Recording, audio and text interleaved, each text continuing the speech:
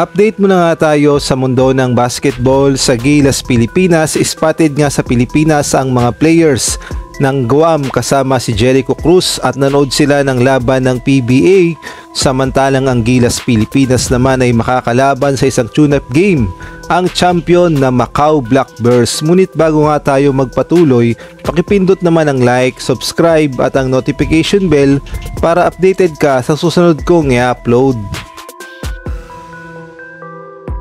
Update muna nga tayo sa ginagawang paghahanda ng Gilas, Pilipinas sa paparating nilang laban sa August sa FIBA Asia Cup na gaganapin sa Kingdom of Saudi Arabia.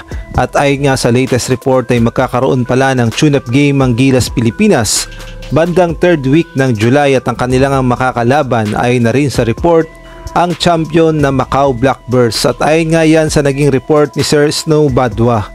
Ang sabi nga dito, Macau Blackbears will play our Gilas national team in a tune-up on the last week of July. So last week of July pala to, at ay na rin sa mga naging report noon ay mukhang open to public ang mangyayaring tune-up game na ito sa Gilas, Pilipinas at mapapanood ng libre.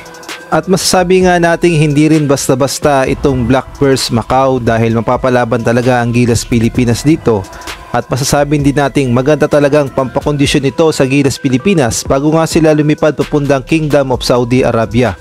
At ang Blackbears Macau nga ay champions din sa kanilang liga, kaya naman napakagandang laban talaga ang ating aabangan at malay natin maglaro din si Sam Teguara, ang 7'6" na halimaw sa tangkad, at mapapalaban nga dito ang ating mga center na sila Junmar Pajardo, Japet Aguilar at AJ Edu. At dito rin masusubukan kung hanggang saan na ba ang naging preparasyon ng Gilas, Pilipinas, ang kanilang team chemistry, ang ginawang gameplay ni Coach Tim Cone. Dito nga masusubok lahat kapag nakaharap nga nila ang Macau Blackbears, dahil kung ating babalikan ang mga naging report ay aabot lamang daw ng 9 na araw ang magiging practice ng Gilas, Pilipinas dahil hihintayin pa nilang matapos ang PBA. Kung kayo naman ang tatanungin, sa tingin nyo, sino kaya ang mananalo, ang Gilas, Pilipinas o ang Macau Blackbears? Maaari kayo magbigay ng komento sa comment section.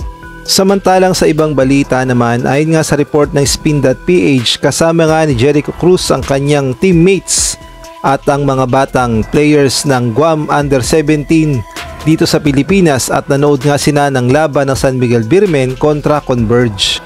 Ngunit marami naman ang nagsasabi na baka naman daw nagmamanman na ang Guam sa Gilas, Pilipinas dahil makakalaban nga ng Gilas, Pilipinas sa FIBA World Cup qualifiers ang Guam kasama nga ang Australia at gayon na rin ng New Zealand.